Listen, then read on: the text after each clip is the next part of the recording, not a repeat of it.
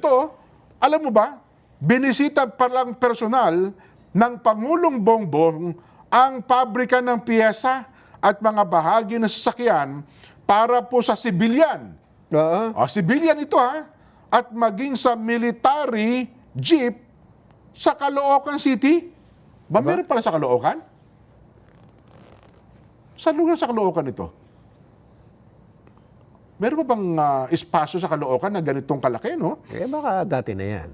Oo nga, no? Sa kanyang pagbisita, tiniyak po ng Pangulo ang suporta ng gobyerno sa mga local manufacturer ng mga piyesa ng sasakyan at titignan kung ano may tutulong ng pamahalaan upang higit pang mapalakas ang produksyon sa industriya sa Pilipinas at isulong daw po ang e-mobility para mabawasan ang pagdepende sa petrolyo. Pakinggan natin nga ang pahayag ng Pangulong Bongbong. Mahal na Pangulo. Is a 60-year-old company. Pero ngayon, kaya tayo nandito, tinitignan natin kung ano yung mga kailangan gawin para kaya na nila na makapag-fabricate ng all-Filipino na electric na tricycle at saka electric na jeepney kung sakali.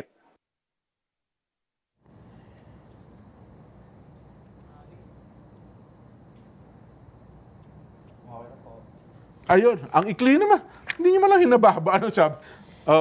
Ayun, ang ganda ng tricycle na nakita mo ba? Electric pala yan? MD1. Electric tricycle. Ayan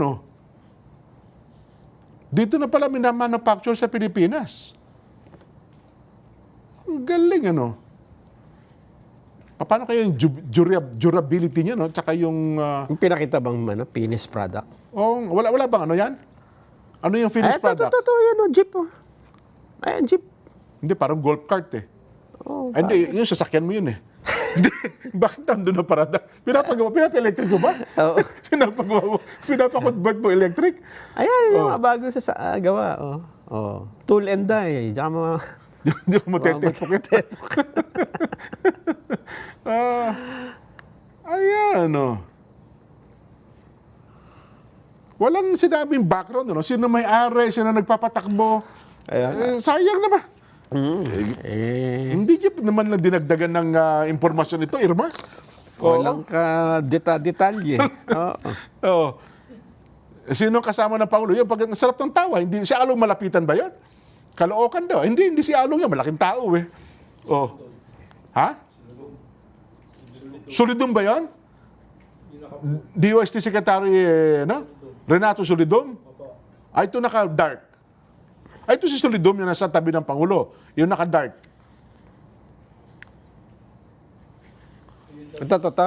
Ito. Kilala mo ba yan? Yun daw sa kumpanya. Si Dom Silu. Solidum yung isa. Ito naman, Dom Silu. Ito. Baka makakita ka background dyan, Kortong-korto naman itong story natin. MD1 is a pioneer in automotive parts manufacturing. Recognized internationally for producing machine-press metal parts and restoration bodies of vintage, civilian, and military jeep. So nagre-restore lang sila dyan. Nagre-restoration area pala ito. Ang ginawa, in-inspect ang planta para i-identify ang existing capabilities, equipment gaps, and technical requirements needed to full-scale EV fabrication. Ayun, so magkakaroon nito, full-scale operation na sila. Tiningnan lang. Electric vehicle. Oo, kung maaaring i-convert. Hindi pa gumagawa dyan. Oo, ang ginagawa dyan, yun nga, yung mga dating mga luma na inaayos, military jeep. Tapos kino-convert nila kung pwedeng electric vehicle na. Ngayon, tinitingnan nila ano ang mga dapat na baguhin dyan para makapaggawa na tayo ng full-scale electronic vehicle fabrication. Malinaw, di ba? Oo. Ayun.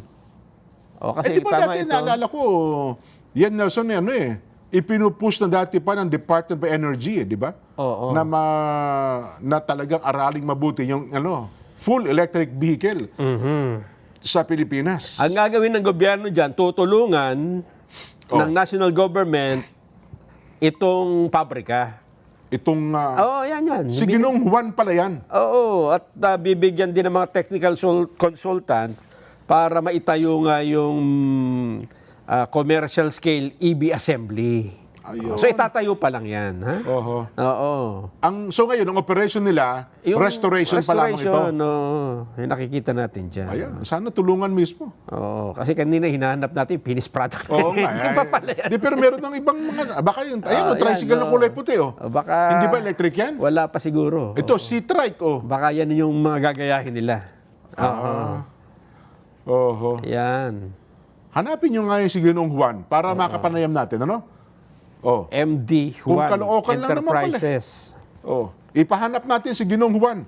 Ano ang kailangan yan? Baka makadagdag tayo ng investment yan, Nelson, eh. Kasi kung, pero marami na sa mga tauhan, eh, no? O, nag-ooperate ngayon dyan, oh.